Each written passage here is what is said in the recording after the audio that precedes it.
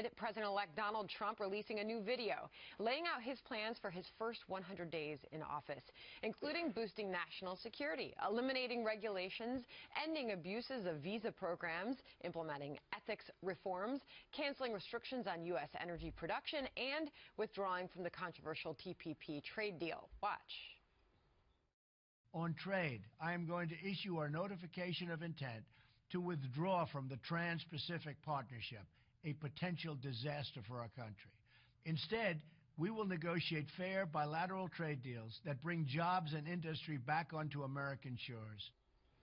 But noticeably missing from the list are some of Mr. Trump's biggest campaign promises, including plans to build a wall along our border with Mexico, repealing Obamacare, and reversing the Iran nuclear deal. James, what do you make of those things being left out?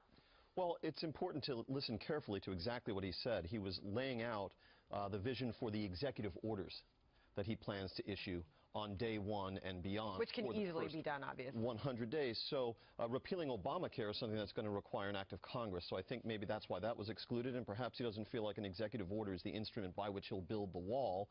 And he also at the end said these are a few of the things. So I don't think it was intended as a comprehensive statement of his first 100. So timing, obviously, a big part of his decision to just lay out these at first. Yeah, I mean, his deportation force, the wall, obviously two big things he ran on. I actually think you're just talking about the first 100 days. I think if you're a hardcore Trump supporter, you'll probably be pretty satisfied by this. And I think going forward, obviously building the wall is going to take like Congress and a lot more effort and a lot more energy. So I actually wasn't surprised by this. But his critics might point out, hey there, look, he didn't even mention the wall as part of his first 100 days. He intentionally didn't take on things that he's going to have to work with Congress on, like tax reform, corporate and or individual tax reform. Could happen in the first 150 days. But again, he needs to have that bargaining chip on the side. Doesn't mention it here. Curious that he didn't mention rescinding President Obama's order on keeping 5 million illegal immigrants in this country, even though it's caught up in the, still caught up in the courts. He could have rescinded that, I suppose, but he didn't hit that either. Julie? Well, first and foremost, the TPP, you need an act of Congress to obviously pass treaties, so I don't know what he's talking about. You don't need to do anything in TPP. It's not happening, and I think even President Obama said it's not happening. Secondly, look, I want the wall. I expect the wall. He ran on the wall. I want him to repeal Obamacare on day one. I believe that was a commitment that he made. I expect that to happen. I expect him to deport 11 million illegal immigrants. He said that he's going to do that. I expect those things to happen, and more importantly, I didn't vote for him, but his voters expect that to happen. And so when I hear things like this, if I were a Trump voter, I'd be a little concerned that all the reasons I voted for him, whether it's because of the wall or because of illegal immigration or because of the repeal of Obamacare, I haven't heard one word about that yet. If he's doing a video like he just did, he could have addressed those people, and they deserve to hear it. If he's not going to do it, by the way, he's got Congress. He doesn't need to worry about it. Congress is 100% in Republican hands. But it's very easy sailing for him. James, let's go back to this. He's laying out his first 100 days. He's only been President-elect Trump for a few weeks here. Is he being, harshly judged by the media, and he's not even in the office yet? Whatever the subject is if it's Donald Trump and the media are involved, yes, he's being harshly judged.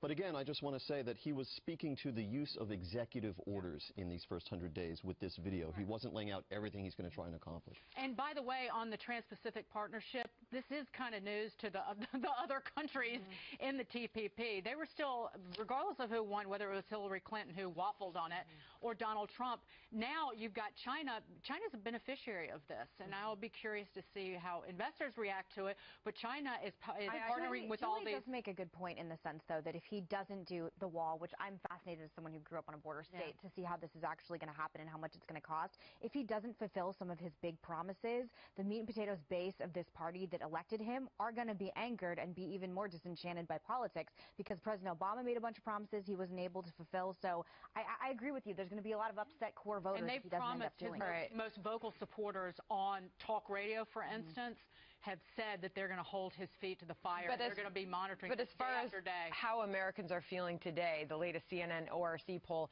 revealed that 53% say that President Trump will do a very good or fairly good job.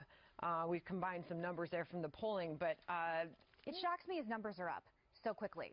Just he hasn't been in office. What, he was elected 2 weeks ago, and it's the aura. The aura attaches immediately. Is it just that people are giving him, even people like me, are giving him a chance to lead and giving him a shot? Myself at the top of that list, and I've been pleasantly surprised by him meeting with people like Mitt Romney and people who are harsh critics of him. So I want to know how many of those people, though, are Democrats giving him a chance.